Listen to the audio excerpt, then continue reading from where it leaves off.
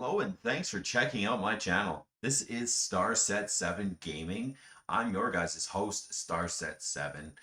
I am probably live on Twitch right now. Check me out at twitch.tv/ Starset7 Gaming. Also, check out down below in the channel. It'll show you guys my schedule as well as some links to multiple different social media.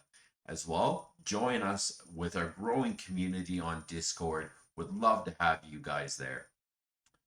So the reason I'm making this video is because Bungie has come out with a ton of information in regards to the February 22nd launch of the new DLC, The Witch Queen. So we're going to cover everything that we can that they have come out with in that update. So let's head on over and take a look at everything. Okay, so the first thing that we're going to be getting into is the definitions. So the definitions for what your power levels are. We're going to start with the floor. The floor is the lowest possible power for a piece of gear, starting point for a new character. The soft cap, the point at which general drops stop being automatic upgrades. Powerful gear drops are now the best way to gain power. Power cap, the point at which powerful drops stop being upgrades. Pinnacle gear drops are now the only way to gain power. Hard cap is the max cap possible power from pinnacle drops, ignoring artifact power, which goes to show you that the artifact, from what I'm gathering, can still be leveled up beyond what the max or hard cap is.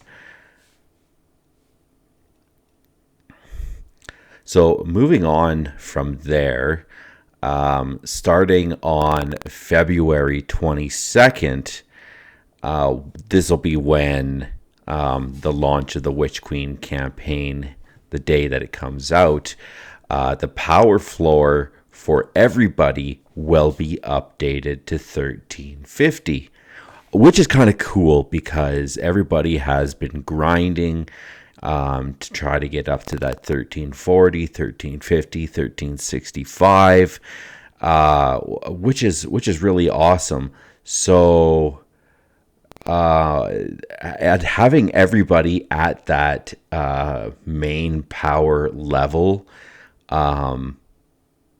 it'll just put everything at that main power level.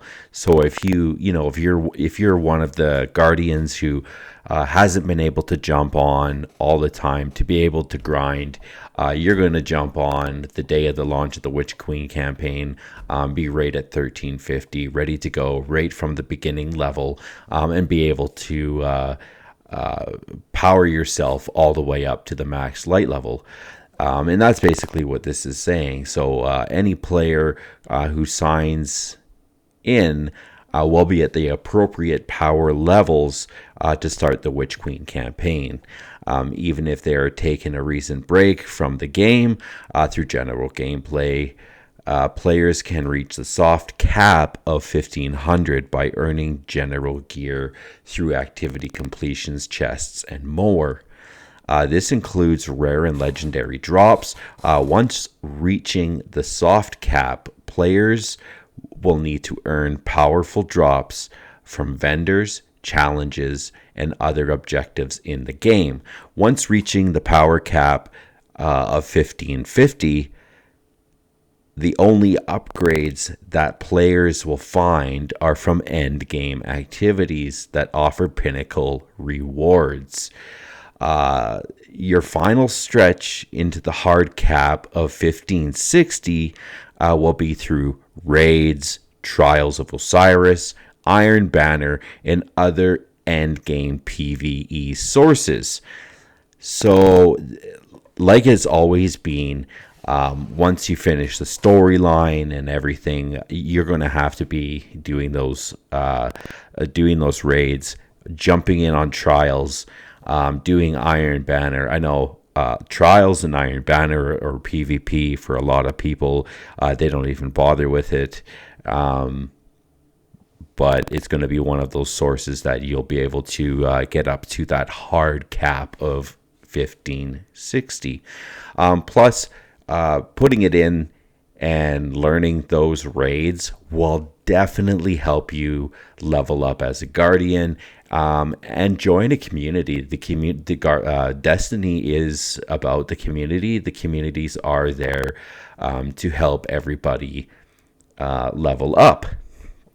So next, beginning of the Witch Queen, blue, which is rare, rewards will stop dropping from player list activities, Crucible Strikes, Gambits, etc. once players have reached the soft cap. So once you're at that 1500, you'll still receive the blue engrams, but it will be a whole lot less. So no having to go back and go see the postmaster every couple of hours because you've been playing and now your post box is full. You got to go and empty out 3/4 of the blues to get one pinnacle gear that's in there, or you know how it works. So basically that is what we are covering here. Next, we got the Gunsmith Reputation. So if you guys were like me, I think I had what was it? 3,000 or more Gunsmith Reputation that I went and just cashed in. So head over to Banshee 44. Once Witch Queen launches, Gunsmith Reputation will be going away. So let's just read through this. Banshee 44 is getting a new reputation system that matches other vendors in the tower, such as Zavala Shacks. This means we are removing some of the items that were previously associated with Gunsmith Reputation, namely gunsmith materials and weapon telemetries. So those two items, if you go to Banshee 44 and you've got 10,000 or whatever, go and get rid of those. You're more than likely the weapons aren't going to do you any good. There is other people who have put out some other videos while you're going through and deleting a lot of those weapons just to get the shards or whatever you're trying to get out of them. There is a few people out there that have put videos out to keep an eye out for those God roll weapons. So yes, when dismantling legendary and exotic weapons and armor, or by completing daily gunsmith bounties, players will want to spend their gunsmith materials on weapon telemetries at Banshee 44 before February 22nd. Any materials that are not spent will be removed from inventory automatically. So it's basically the warning to use it or lose it. The other thing as well is mod components. So just to read over this, we will also be removing mod components from the game.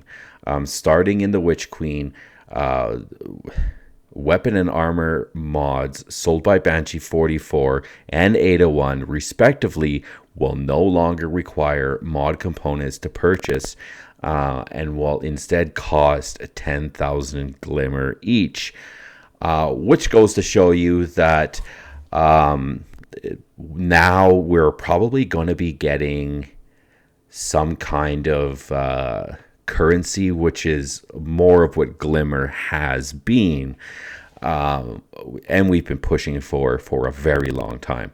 Furthermore, as part of this update, we are increasing the number of mods available on each vendor at a single time from 2 to 4. So they're upping that amount by 2. Before we move on, it should be noted that all ghost mods that are generated weapon telemetries will be removed as they no longer serve a purpose.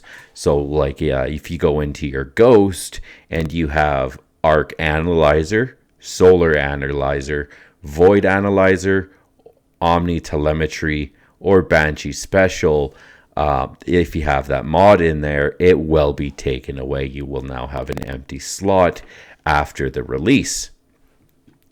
Next is another really big update is to Rahul, who's taking over.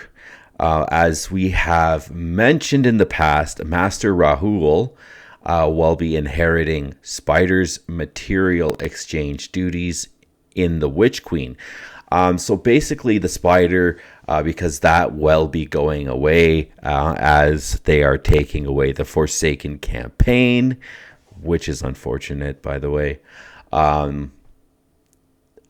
They're basically replacing Spider, giving him those, different materials that he will have. So exchange rates should match what you know from Spider for now. So I'm imagining they're going to kind of critique that a little bit or work it into a different type of currency within the game. But these services are being shifted to the tower as the Tangled Shore will soon be off limits to Guardians. In addition, Rahul will also be picking up some of the wares that Banshee 44 and 801 once offered, specifically the sale of enhancement prisms and ascendant shards. As noted above, this makes space for more mods to be available for purchase during a given week. Rahul will offer these materials at the same price as Banshee 44 and 801 once sold them. So enhancement prisms, 10 enhancement cores, 25 planetary materials, 10,000 glimmers. Ascendant shards will be 10 enhancement prisms, 100 planetary materials, and 50 glimmer shards. So it just goes to show you that I think we're at 250,000 cap right now. So if just one ascendant shard is 50,000 glimmer, I'm going to imagine that our glimmer cap is going to be increased significantly.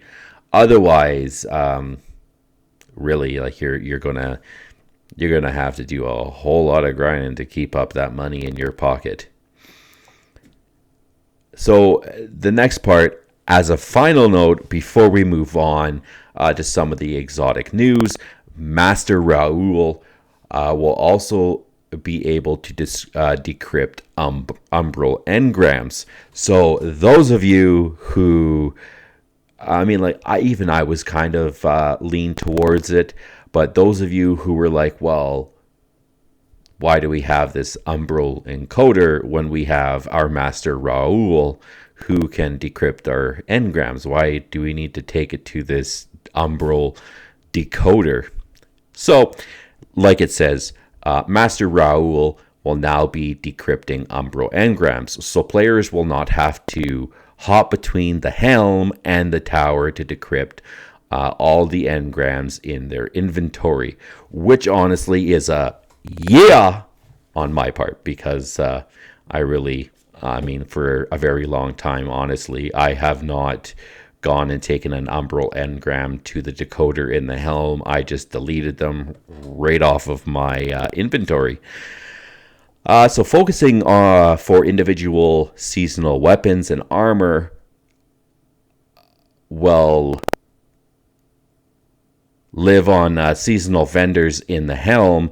Moving forward, so if you want to focus on a specific weapon from a given season, you will still need to head to the helm for decryption. So I'm kind of seeing that as if you want specifically something, you will go to the helm, to the decoder, to use that specifically to get a weapon from there that you want to pick specifically, instead of just going and getting the crapshoot from Master Rahul, who's probably going to give you the same 10 things in a row that you don't need. Anyways, on to the next one is the Hawk Moon. So these are a couple of exotics, the Hawk Moon and the Dead Man's Tail, as of the launch of the Witch Queen campaign, again, February 22nd. The Harbinger and Presage exotic missions will no longer be accessible. The team still wanted to preserve the ability for players to obtain random rolls of these weapons. Therefore, instead of adding these items to the momentum of Lost Light, which is, really sad because there is a lot of Lost Lights out there. You can say a little prayer for other weapons that we lost in D1. Anyway, as we have done with most of our previous exotics that no longer have sources, these two weapons will show up as part of Xur's inventory each weekend. Every week, Xur will offer a unique role for both the Hawk Moon and Dead Man's Tail. So every time you go to Xur, take a look at the roles that these two weapons have, because it might be the God roll week. Or, who knows, it might not be the God roll week at all. But you have to go to Xur and check that out. So to carry on, and will be purchasable to all players that own Beyond Light for the following materials as well. So 1 Ascendant Shard, 1 Exotic Cipher, and 125,000 Glimmer. Bite my finger. So I'm really hoping that our Glimmer cap goes significantly up from where it is now. Otherwise, my Jesus, I will have to take out loans to afford some of these things. Moving on, as well, 200 Ascendant or Legendary Shards will also be to get one of those weapons. And before you guys go, exotic catalysts.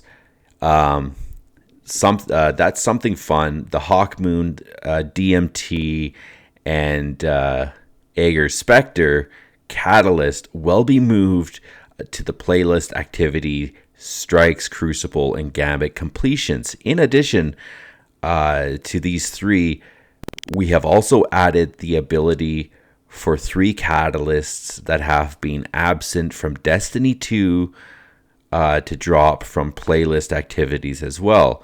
The full list is the Hawk Moon, the Dead Man's Tail, Aegir Spectre, Outbreak Perfected, Whisper of the Worm, and the 4th Horseman.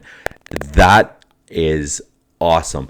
So those aren't going away. They'll just be dropping in the different activities, like it says, the Strikes, the Crucibles, and Gambit completions. Outbreak Perfected and Whisper of the Worm have both had the requirements for completing their catalyst updated, so that they can be completed without access to their original activities, which is unfortunate because honestly, I really liked the Outbreak Perfected quest. It was really fun. The Witch Queen also has a new raid. So that will actually have a different launch date. So just to take a look at this, while we still have a bit of time before the world's first race begins, we wanted to get a rally flag planted in the sand for when you should expect to be taking on the challenge. So, not February 22nd, but March 5th, the raid for Witch Queen will be coming out at 10 a.m. Pacific, 1800 UTC. Don't ask me what UTC is. I have no idea. It's a different, if you ask me what Mountain Standard Time was, that's MST. So that's where I am. But that's when it will be coming out. So basically, on the reset date, March 5th at 10 a.m. will be the launch of the raid. So this has been a ton of information that Bungie has released. As a teaser, I'm basically guessing to kind of prequel the release of the Witch Queen. If you guys have any questions, make sure you head over to my Discord. Check out my channel. Check out the schedule down in my channel. It will let you guys know when I go live. Also, hitting that like and follow button are greatly appreciated. If you want to join when I'm streaming, head over to twitch.tv/Starset7 Gaming. I can't wait to see you all there. Everybody take care. And until the next time.